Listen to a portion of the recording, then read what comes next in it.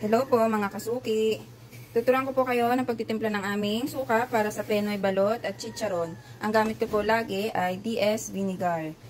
Yung original po, meron din po kasi itong class A na tinatawag para malaman nyo po kung original or hindi. Ang takip po ng original DS vinegar ay may seal na ganito. May tatak po siyang ganyan.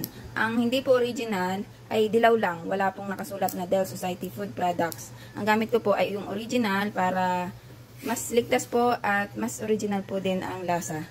Mas okay po ang quality kapag original. And then, hinahati ko lang po ito sa dalawa na ganito.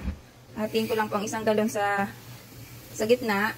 And then, titimplahan ko po siya ng sibuyas, bawang, asin, asukal, brown sugar, sili at mineral water po. Bali, ang pangpupuno ko po doon, pag nalagyan ko na po ng sangkap, ay mineral water po. Puno po siya hanggang takip. At kakalugin po ng ayos. Bali, kakalugin po muna siya bago po lagyan ng tubig para tunaw na po yung asukal tsaka asin. At saka po lalagyan nyo ng mineral water hanggang sa takip po niya. Ganun lang po ang pagtitimpla ng aming suka. Hindi po pahirapan. Yung iba po ay, sabagay po, kanya-kanya naman po yan. Yung iba po niluluto.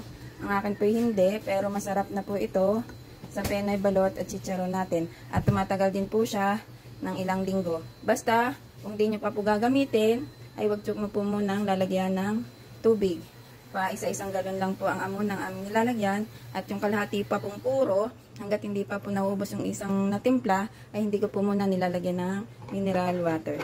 Yun lang po, ganito po ang aming suka.